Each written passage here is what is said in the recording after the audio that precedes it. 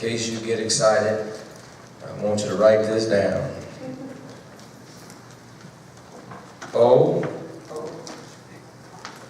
to be kept. O, to be kept.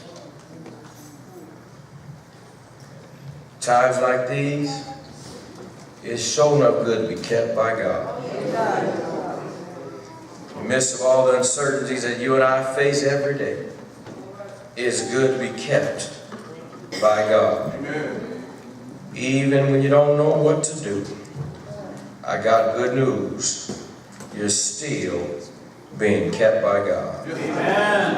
In the midst of all our chaos and confusions, surrounded by difficulties and dangers, I got good news for you.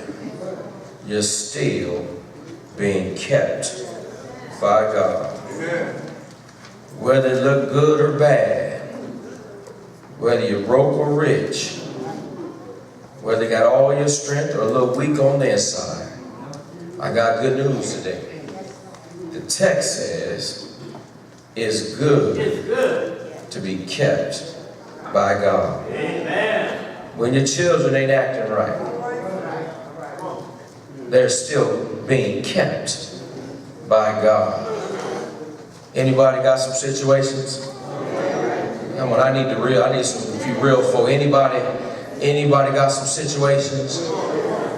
And you know you've been kept by God. Come on, I told you this ain't gonna take long, because if I got a few more witnesses in the building say, Reverend, I know what it's like to be. I see a witness. I see one witness over there. I see another witness, and I see 2 or 3 more. I see a whole bunch of witnesses that know something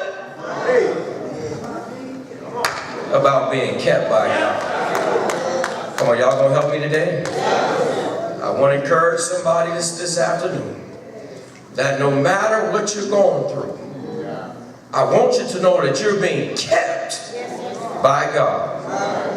Y'all know the story. Let me get out of this thing. David, he pins this particular song. Y'all know David, don't you? Come on, anybody don't know David? And just in case you didn't raise your hand, let me tell you just a little bit about David. David was the king of Israel. David, a musician, slayed Goliath, shepherd, and he was a king. He was a man after God's own heart. David wasn't perfect. He made some mistakes just like you and me, but he still was kept by the grace of God.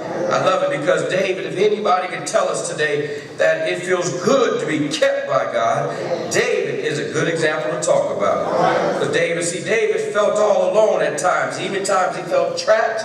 He was on the run from his enemy.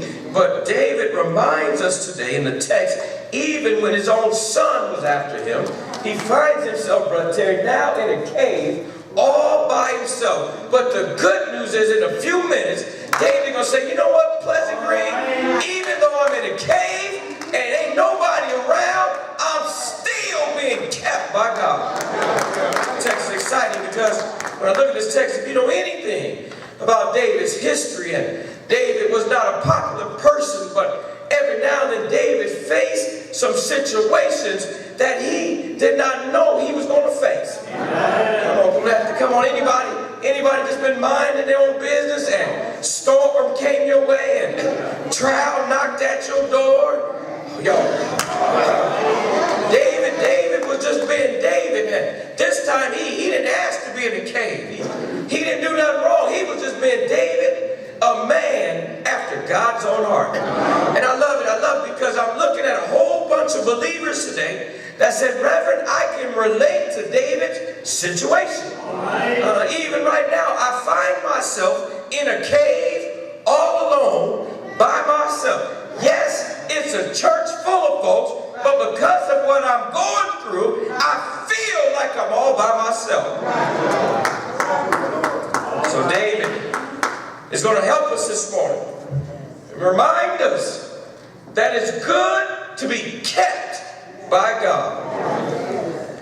Where do you see that in text, Pastor? Well, the first thing I see is David reminds us it's good to be kept. It's because of David's David's relationship with God. David's being kept because he has a relationship with God. I love it because y'all know David, he was open-minded. He was not ashamed of his relationship with God. I said earlier that David was a man after God's own heart. Every day he was seeking God. Every day he was praying and praising and talking to God. Every day he was trying to develop his relationship with God. He had experience with God. He understood who God was. He knew it was God that created the heavens and the earth. He knew it was God that created the seas, stars, and the moon. He knew it was God, his creator, that was sustaining him every day of his life. David had a relationship with God. And I love that because he talks about his relationship in the first 3 verses. And I want to help somebody today that David said, look, I know what you're going through, Pleasant Green. I know it may not look good right now, but David said, look, I got some good news because of my relationship with God. I got to tell you a few things. David, talk back to us, David. David said, look, because of my relationship with God, he has shown me mercy all my life. Y'all don't see it? That's in verse 1. I will lift my voice to the Lord for his mercy. David understood. Look, he said, look, I know something about his mercy because I made some mistakes. Y'all too quiet. I'll tell David, say, look, I did something I shouldn't have done.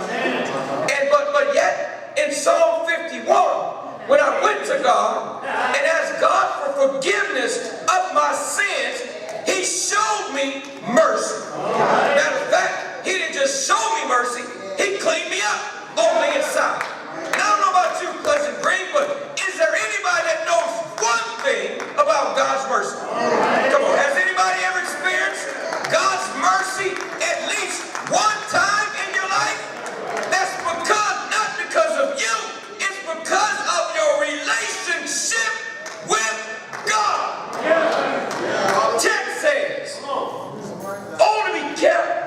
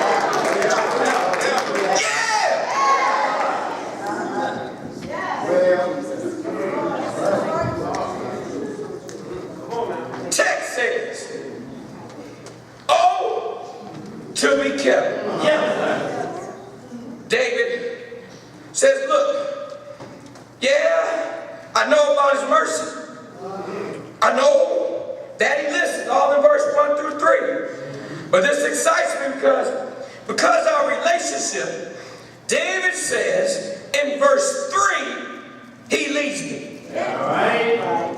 David said, look, Pleasant Green, God has led me, and he keeps on leading me, not because I'm so good and worthy. He leads me because of my relationship with him. Oh, do you see it in the text? Look at verse number 3. I love it because it says, when my spirit grows faint within me, it is you who watch my way, and in the path where I walk. In other words, David is the same David that says, look, it's the Lord who leads my life. It's the Lord who's my life and my salvation. It's the Lord who I said is my shepherd, I shall not want. David said, look, Pleasant Green, when you got a relationship with God, if you let him, Yes, sir. that's key. If you let him, Yes, sir. he gonna lead you in the right direction. Problem is, some of us want to be led, but we ain't going in the right direction. Some of us, God is telling us how he leads us in the right direction, leading us. But some of us are not walking in his will. We let him lead us on Sunday morning. Y'all too quiet. And we say, Lord, lead me on Sunday morning. And he leads you on Sunday morning. Let you come to worship to give him some praise. Read his word and hear his word, but on Sunday night, Lord, I don't need you to lead me no more. I want to lead my own life. Monday, y'all crazy. Tuesday, Wednesday, and Thursday. And when it comes Friday, show them don't want you to lead him on Friday night. Friday night, you want to lead your own self to the club, drinking alcohol, partying, sleeping around, doing things you know you ain't got no business doing. But then Saturday, you don't want to lead you no more. Y'all too quiet. You want to live any old kind of way and expect God to be pleased with our little 2 hours of worship? God ain't pleased.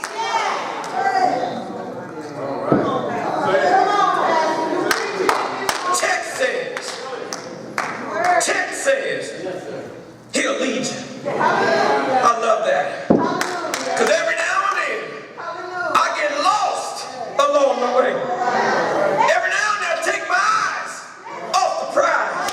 Every now and then, y'all, I'm just being transparent. Maybe you got it together, but every now and then, my eyes slip. My feet slip. But thanks be to God, because I got a relationship. He don't let me get too far. He don't let me get too deep. All because of my relationship. Text says, oh, to be kept. David tells us, Brother Terry, because we're in a relationship, we are to be kept by God. And I love it. We've been talking in Bible study about relationship. We've been talking and sharing that when you're in a relationship, a good relationship, you ought to be better. That other person ought to make you better. Y'all quiet. Other person ought to be able to build you up and lift you up and try to keep you positive and not negative, and he's trying to hold you up when you get weak. I'm talking about in a relationship. You want to do better, but I'm afraid that we've been talking about Bible study. I'm afraid that when you're in a relationship with God, we ought to be doing better than what we are. Because in our relationship, God has everything that we need is in that relationship relationship with God. Anybody in a relationship? Anybody in a relationship with God right now? Anybody? I'm talking about in a real relationship. Not that Sunday morning relationship. I'm talking about every hour's relationship. An intimate relationship. Deep down, he knows your secrets. He knows your sins. He knows your thoughts. And he knows your ways. He knows what you like to eat, watch, and drink. Yeah. When you're in a relationship with God, you can't wait to get to worship. You can't wait to read your Bible. You can't wait to love your brother and sister. You can't wait to forgive somebody who wronged you. You don't hold no grudges when you're in a relationship. All because, yeah, it's our relationship. Thank God we're kept. Text says, it's good to be kept. Not only to kept because of our relationship, but it's also, he said, look, it's good to be kept because we can have refuge in him. Where do you see it at? Look at verses 4 through 6. 4 through 6. It's David, y'all, in the cave. Y'all know David's all by himself right now. And in verse number 4, David said, look and see. There's no one at my right hand. No one is concerned about me. Have y'all felt like that? Anybody been like David when you thought nobody was concerned about you? David said, look, I have no refuge. No one cares for my life. Look at all the eyes in the text. I cried, Lord. I said, you are my refuge. You're my portion in the land of the living. That blessed me because that lets me know that God is our refuge. And then another because refuge really all it means is he's our shelter. He's our protector from dangers seen and unseen. Place says he's in a place of protection. David is in a cave where the enemy can't get him. Somebody might say, man, that don't make sense.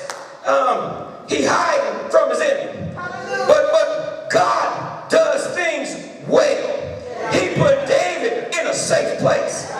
He put him around some rock. He put him inside of a rock. David is in a safe place. He's got rock all around him. Matter of fact, he's wrapped up, tied up inside of a rock. And don't you know who the rock is? You and I got the rock all around us. So come what may, we're protected by the rock. When the storms rage, we're protected by the rock. Do you know the rock? His name is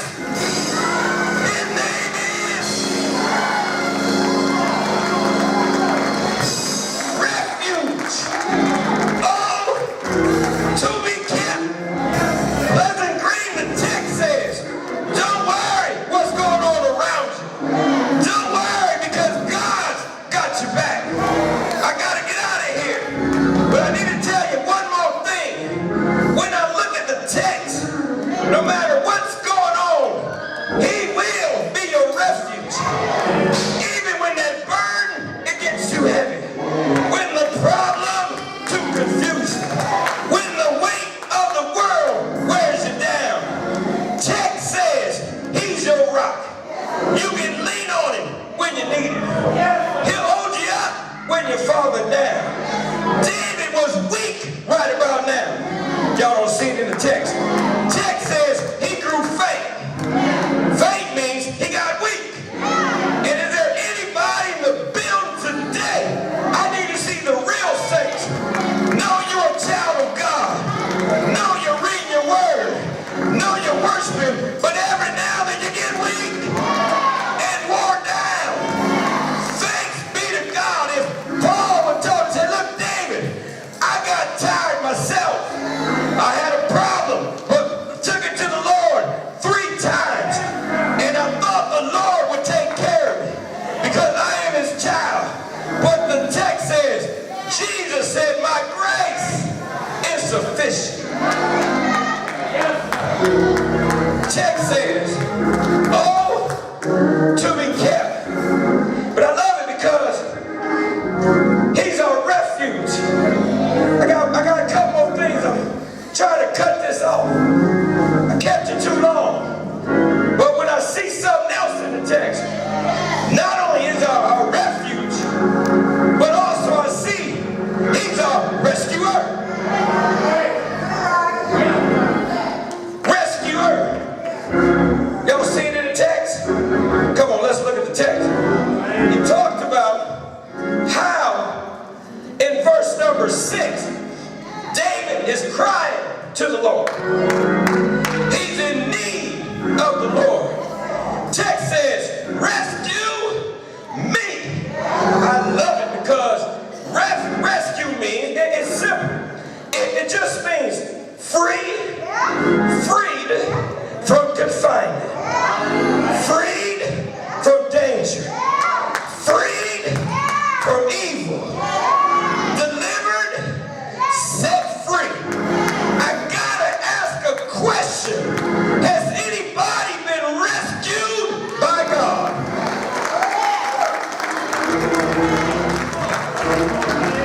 Rescued, set free, delivered.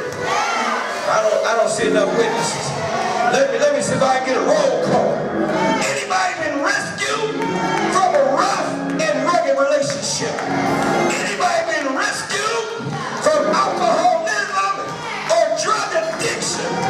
Anybody been rescued from financial bondage? Anybody been rescued from the sin that has beset you? Well, thanks be to God. I've been rescued by the blood of Jesus. I was on my way to hell, but Jesus snatched me right out of my feet, snatched me right out of my shoes, and rescued me from a burning hell. Is there anybody in the building that knows something about the rescuer? Oh, you're looking at me crazy. And you know, he has rescued you and me. Matter of fact, last night, when the death angel passed your house, Jesus rescued you from death, kept the blood still flowing, kept the heart still beating, told the death angel, keep on moving. Yeah. Text says, he gonna rescue you. Don't worry how bad it is. God's gonna rescue you. God's gonna deliver you. God's gonna put your feet on solid ground. Yeah. I gotta go. I'm trying to put it down, but the Lord's been too good just to put it down. If you know anything,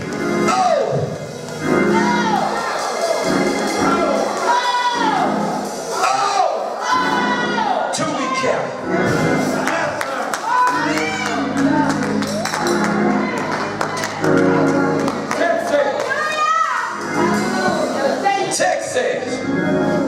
Text says, oh, to be kept. Pleasant Green, I can't leave you yet. I can't leave you yet. I see something else in the text that might just help somebody else. Text says, not only is he our refuge, not only is he our relationship is good, not only is he our rescuer, I got one more thing I see in the text. David, all by himself, in a cave. I would think if it was me or you, I might have lost my mind. Come on, y'all. Can I be truthful? Every now and then I feel like I'm going to lose my mind. Every now and then it feels like I don't want to go on. Come on, y'all, don't talk back. I'm not talking about life. I'm talking about leading God's people. I'm talking about, y'all talk back to me. I'm talking back about being a child of God. Every now and then, feel like you want to turn around. Come on, I'm just keeping it real. Every now and then you feel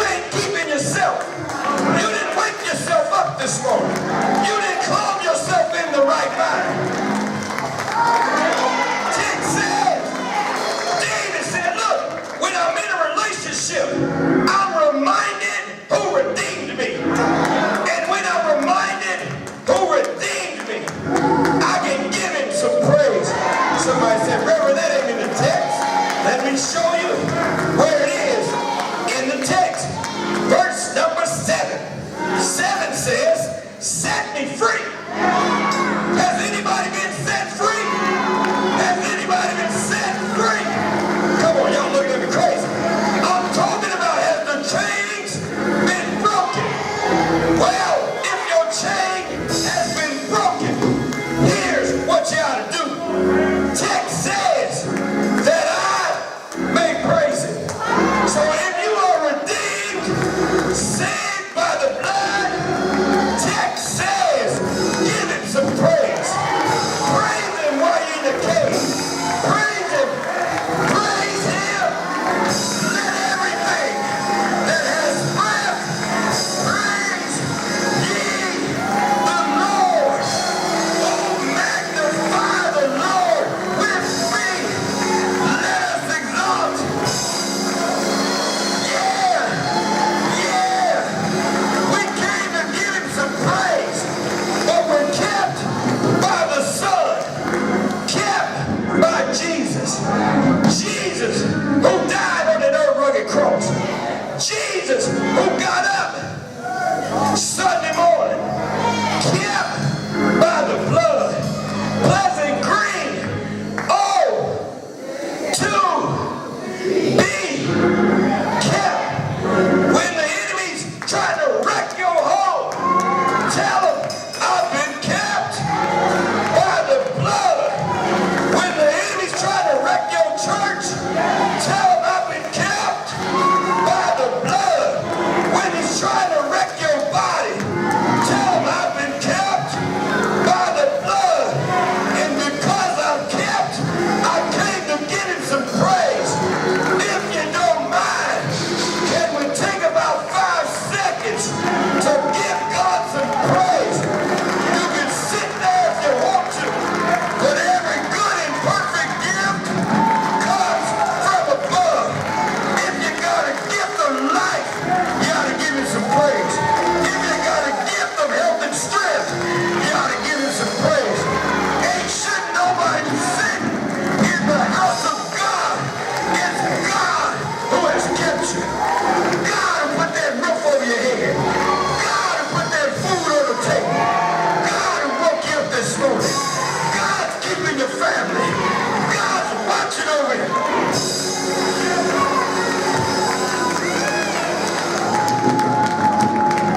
I gotta tell you, I'm excited because when we were traveling back from Wichita a few weeks ago, and we was traveling, my wife was sick, so I had to get back to Omaha, and I admit I was going a little faster than I should have.